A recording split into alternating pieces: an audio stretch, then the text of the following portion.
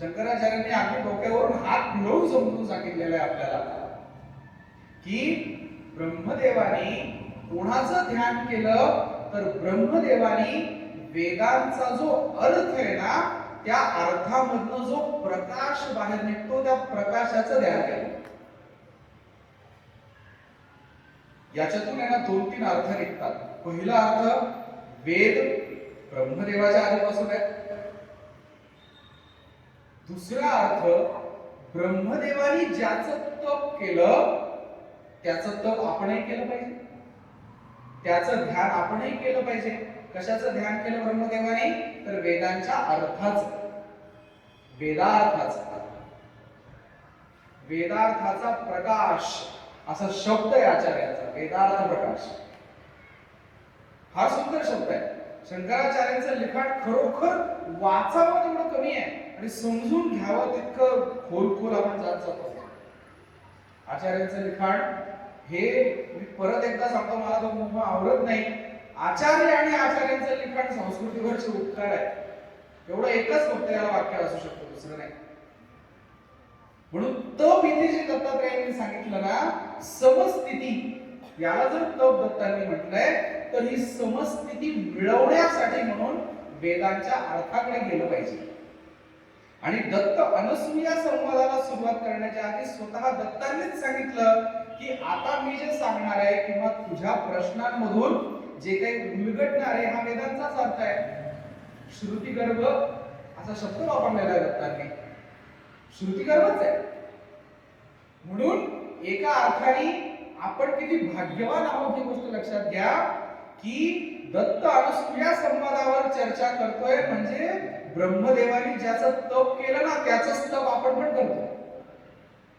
एका अर्थाने जर विचार करायचा असेल तर आपण एवढे भाग्यवान आहोत.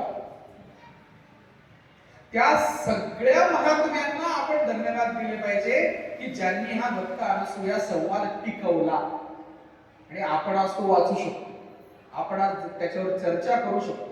त्या सगळ्यांना आपण धन्यवाद दिले पाहिजे. म्हणून तप म्हणजे समदृष्टी आणि समदृष्टी मिळवण्यासाठी वेदांचा अर्थ आपल्याला मदत करतो. आता इथपर्यंत आल्यानंतर अनसूया माता पुढचा प्रश्न विचारते. थोडा वेगळा प्रश्न आहे. आधीचे सगळे धागे थोडेसे सोडून दिले आणि पुढचा प्रश्न विचारला. आता राक्षस कोणाला म्हणायचं मला सांग, असुर कोणाला म्हणायचं. आता असुर सांगताना भगवान दत्तात्रयांनी सांगितलं असुर, राक्षस, दानव कोणाला म्हणायचं. जप, तप, पूजा, ध्यान, यज्ञ, याग या सगळ्या गोष्टी जो स्वतः तर करीत नाहीच पण दुसरा करत असेल तर त्याच्यामध्ये विघ्न आणतो तो राक्षस, विघ्न आणतो तो राक्षस. पण पुढे जाऊन असंही सांगितलंय की माते तू असुर म्हणजे काय हे मला विचारलंस, मी तुला बाह्य जगतातले असुर सांगितले. आता थोडेसे आपल्या आतमधल्या पण असुरांवर काम केलं पाहिजे असं दत्तात्रय निश्चयाने सांगतायत मातेला. हे झाले बाहेरचे असुर. आतल्या असुरांचं काय, आतले असुर तर तसेच आहेत आणि प्रत्येकाच्या आतमध्ये आहेत. ते प्रत्येकाच्या आतमध्ये आहेत. कोणकोणते असुर आहेत. राग, द्वेष, अहंकार, ज्याला आपण षड्रिपू म्हणतो, हे असुरच आहेत आपल्या आतमधले. आणि दत्तांनी निश्चयाने एक वाक्य सांगितलेलं आहे अनसूयेला की आतले असुर जर संपले तर बाहेरचे सुद्धा असुर शिल्लक राहत नाही. Charity begins at home. स्वतःपासून सुरुवात करा असुर संपवायला. बाहेरचं जग बदलायचं असेल तर स्वतःपासून सुरुवात करा. आधी स्वतःच्या आतलं जग बदला, आधी स्वतःचे विचार बदला आणि मगच जग बदलणार आहे. जग बदलायला निघालेले लोक स्वतःला बदलायला विसरतात. ही जनरीत आहे, सगळीकडे आपल्याला माहिती आहे. स्वतःला बदलायला विसरतात, स्वतःकडे बघतच नाही. आपल्याकडे एक असं सामान्य निरीक्षण आहे की माणूस आहे ना दुसऱ्यासाठी खूप चांगला जज असतो आणि स्वतःसाठी खूप चांगला वकील असतो. समोरचा माणूस त्यांनी एक जरी चूक केली ना, एखादा जरी शब्द त्याच्या तोंडात गेला ना, लगेच आपण निर्णय देऊन मोकळं होतो. तो तसाच आहे, मला माहिती आहे तो तसाच आहे. निर्णय आपला होऊन जातो, लगेच जज आहे आपण दुसऱ्याच्या बाबतीत. पण स्वतःच्या बाबतीत रोज 8-8:30 वाजता जरी उठत असेल ना, तरी त्याला कारण देतो. तुम्हाला रात्री जागावं लागतं, तुम्हाला ऑनलाईन काम असतं, तुम्हाला हे असतं, मला ते असतं, म्हणून मी उशीर होतो. स्वतःची वकिली करण्यामध्ये आपण एक नंबर होता आणि दुसऱ्याला तो कोण आहे कसा आहे ठरवण्यासाठी पण एक नंबर होता. लगेच ठरवून मोकळं. तत्वचिंतक सांगतात, संत सांगतात की याच्या थोडस याच्या उलट वागायला शिका. स्वतःसाठी जज बना, दुसऱ्यासाठी कधीतरी वकील बना. स्वतःला समजून घ्या, स्वतःला बघा. स्वतःला बघतच नाही आपण स्वतःला फक्त सांभाळण्याचा प्रयत्न करतो. स्वतःला आपण ज्याला आपण म्हणतो ना की स्वतः आपण जे करतो त्याचं जस्टिफिकेशन द्यायला आपण फक्त पुढे असतो, बाकी काही नाही. म्हणून आतले जर असुर संपले तर बाहेरचेही असुर शिल्लक राहणार नाही, हे दत्तांचं उत्तर आहे.